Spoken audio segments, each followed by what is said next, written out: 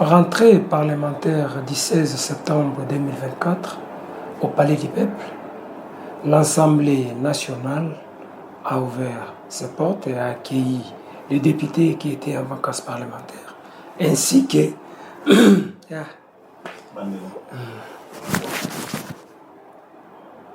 rentrée parlementaire. 1, 2, 3, maximum puissance à voir. Dans la présence. 1, 2, 3, go.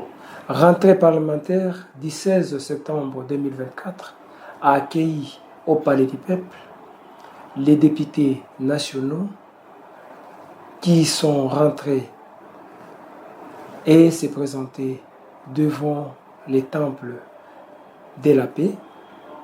Ah, ti. Et bon appétit, baby. On va choisir la paix. Go. Les députés nationaux se sont présentés ce 16 septembre 2024 à l'ouverture de la session ordinaire, ainsi que les sénateurs. D'où un sénateur a réagi et les quelques députés ont parlé par rapport à ces rentrées parlementaires.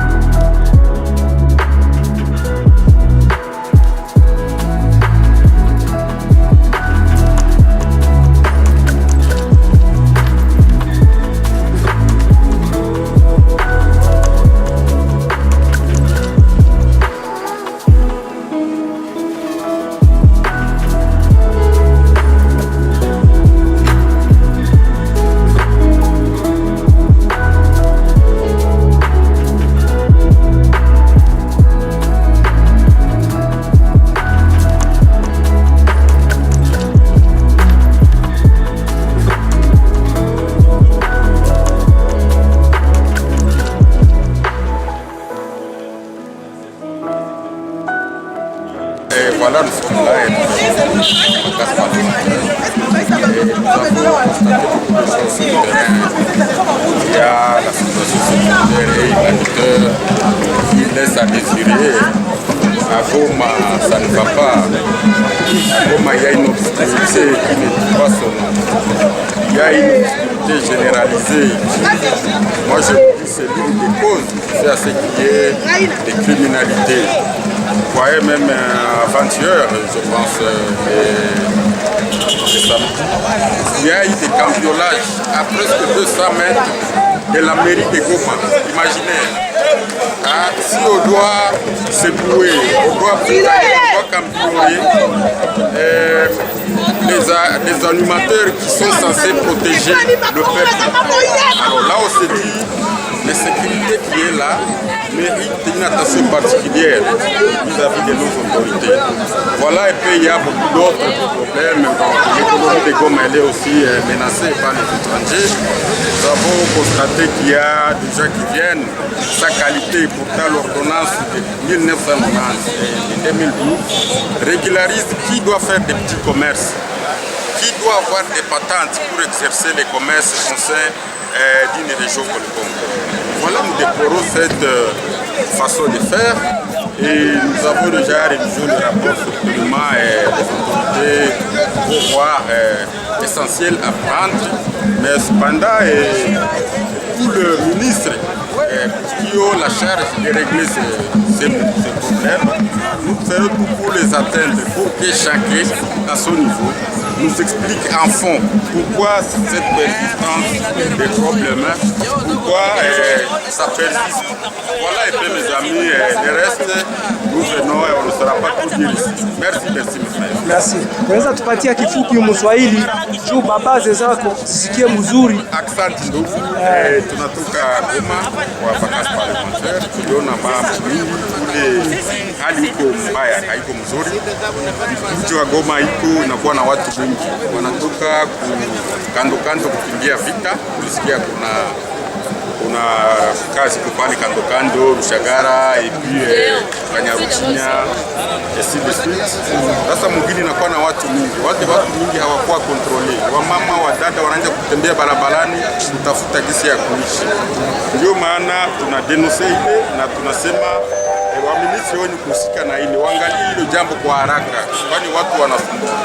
Apare ile kuna insecurity kisi nilisema, watu wanauawa mchana na usiku. Kuna viongozi, kuna MONUSCO, kuna FARDC, kuna wazalendo wa kuchunga usalama, ila hali inaendelea kudhoofika. Ndio tunatoa wakubwa wenye kuhusika wakuje waangalie kwa haraka ili watu waishi na amani. Asante.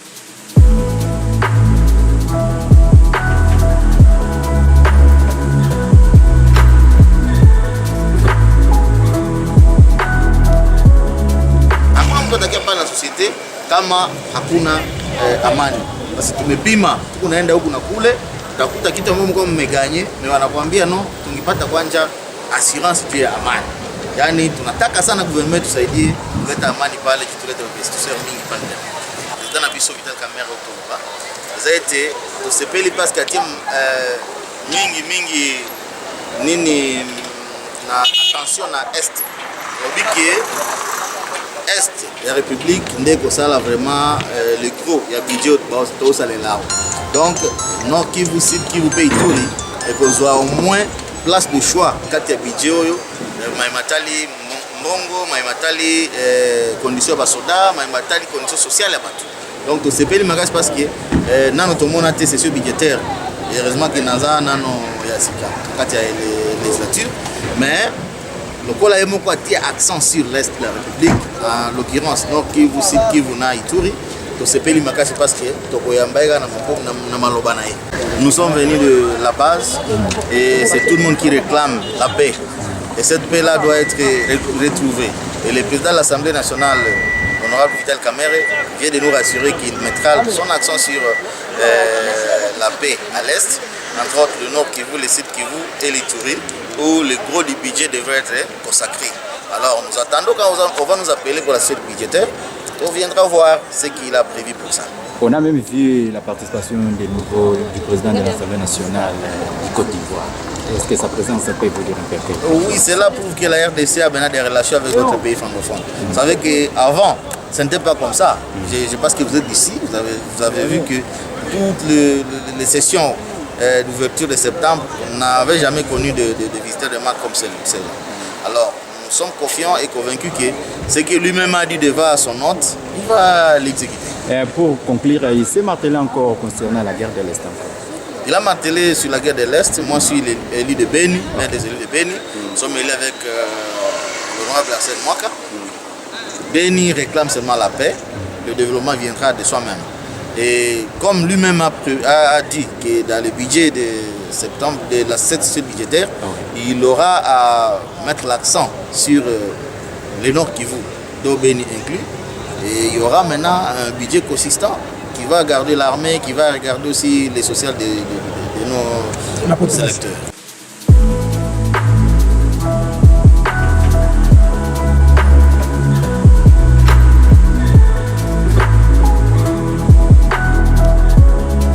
Je suis fier de comment on a eu comme élu. Basidi, Bassi, le gouvernement de Stéphane Moukoumate, Bazongi Simate.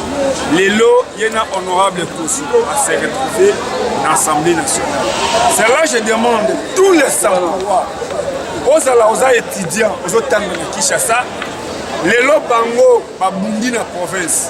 De l'au niveau national, ils ont besoin de soutien. Ils ont besoin de soutien. Babimi ba député na tango o lelo Facebook yé internet yé TikTok yé. Nous sommes obligés ya komouyer mayo na ça la soni na ko kende boy na ko kende boy mais au sankuru makada mezate na sankuru piscine ezate mais lumumba utakuna kisasengando utakuna bango pa ko décevoir biso ngana niveau ya communication lelo epenge Fofana eza adresse Notez que tu ozonga nsima te ntango Lusaka le ana lengo tiese elokino te kolo ngeno dihambo to la tetela mais le côté que to tetela pe la katula ngelo la katambo la kala kete talo sanko kotono dibara tonja Pouvez kamale la lomi. mais lo le ko fier la kilande la lo sanko elokene ko député national c'est ça aussi un politicien abandi le niveau provincial a ebi réalité alors la mambetali dibele la mambetali kole so komi na kolo kuto hôpital a kole leki mama yebo mais ambo votier mais toi Charlogne honorable takila lo sa waka siège kala assemblée li kosa mais lo kene wa mbotolo et la makete lo mo la makete mo la makete Tshisekedi akoki invité les jeunesse ya tete jeunesse ya kole jeunesse ya parler Lusaka ana lengo chef wana wa kutuila nebo kawaya tono Lusaka le ngelu nikambo la katate parcours kami chef de secteurimo chef de secteur député provincial et l'autre double brassard nebo kawaye population king Lusaka ifula no le combat confirmé donné rien que awi wawo jawaso dai wa défendre la énergie chez rien que population kaso kasango province kaso dikambo kay député le mandat est national dai oteketa la province chez mais abu ke minjala kaso dai oteketa chikuchikutu la kaso dikambo la kaso etadimbu shishi echeje akila makiswa na wafunake akongaka wemi motibele choto iwikwa lucha ko mutu kakabula to adibele chito yakatonge tambola hema mutu kakasala kapaka aller et retour mais chinye haye yam bokabu otadibu imilaka kola kananga dadi misala kananga koma adibele fonu ko fonu mais ayoto tadami modibele lucha fonu ko fonu bituka yo sala plus d'une semaine na mutuka mimo adibele c'est ça c'est pourquoi dikambo ato awolange sangu mais onyambo oto wajua mbela da ou défendre sangu l'énergie chez une petite illustration on a dit dans la fin de ce 21e siècle dena yena weko kadimu weko kambo tadimbo ko tadimbo ngo compacté wa bassin de rétention d'eau office de route on est les censé kamba. Moi ça m'énerve à Nemoumadou. C'est pour cela que la société Régideuse alinga la batu bayo kamala nous omona ba société na biso pareil étatique ezo kufa parce que bayo bazali ko kamba bazali na bokelité soit moi exemple ndakisa muke na province asa office de route azana chantier ata mokote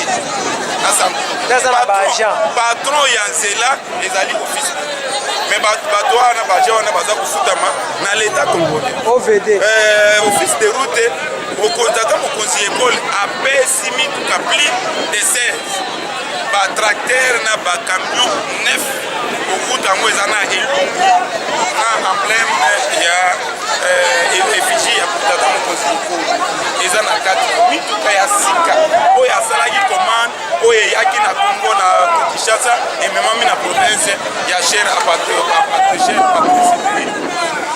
mais mituka wana ero tozoloba eza kochome eza kosala mosala te mais bazwi marché kopesa une société privée oyo azali na tracteur moko parce que naza meme na document azosenga tosala émission parce que awa ezali nde nouvelle génération tokolobela makambo polele ngai neti point focal oyo asalaki abateki campagne ya tata mokonzi ekolo na mabele oyo nga nazali comme point focal na place nga nasalaki campagne ya mokonzi ekolo nakolinga moto akende na bablage na ye te monakondima te moto acraché contre cette vision qui donne l'impulsion du développement qu'a souhaité par les uns et les autres.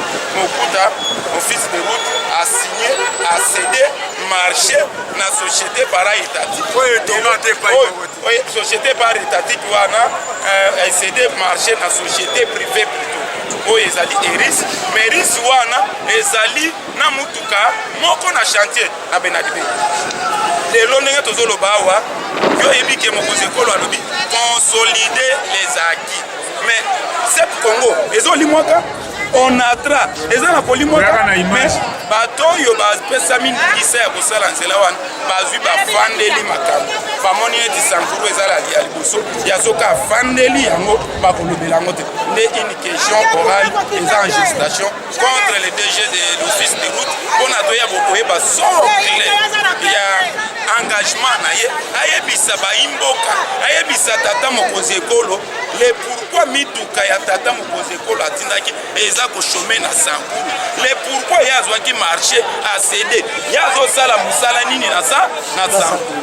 Voilà le discours lelo ya président ya na biso ya assemblée a tenir Mordekis na makambo etalemi ya sécurité wana toza koaccompagner tata mokonzi ekolo na énergie nyonso alobeli lisusu mingi na programme ya social ya programme ya 145 territoire oyebi ke programme ya 145 territoire eza programme moko eza riche en couleur toko veye moto nyonso oyo ya kosazarde ya kobanda kozwa Sankuru ou kozwa neti eza patrimoine privé na ye ya kosazarde azwi marché ya Sankuru abanda kosakana ndenge ezalaki liboso tokosila na ye na ndenge mibeko likonzi na biso elobi. Fini la récréation. Je vous remercie. Merci, merci.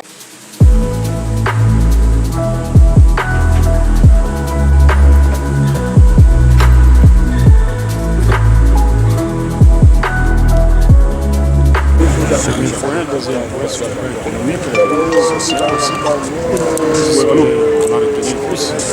On nous a demandé de travailler. Le rôle de la défini, le rôle d'un sénateur. Ce n'est pas une chambre de résonance, mais une chambre de travail pour la nation. Aussi. Vous venez dans votre balance. Vous avez eu un contact avec votre base. Ça, en tout cas, je ne peux pas vous dire. Ça, on verra après. Aussi.